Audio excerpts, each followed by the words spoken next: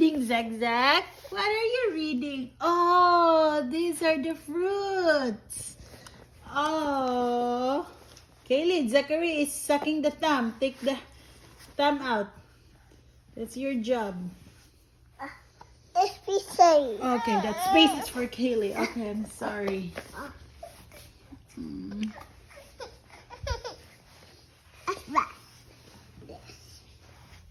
Okay, how about this one? The first words. Okay, can you teach Zachary? Okay, open the book.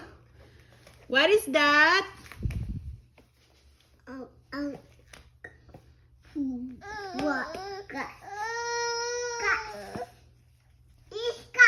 Socks. Very good.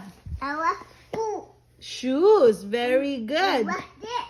It's a polka dot shoes. Okay, next.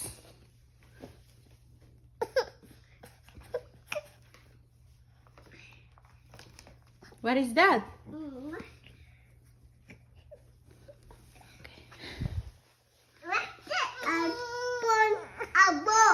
It's a spoon and a bowl. Apple. Oh, not in the mood. Bye.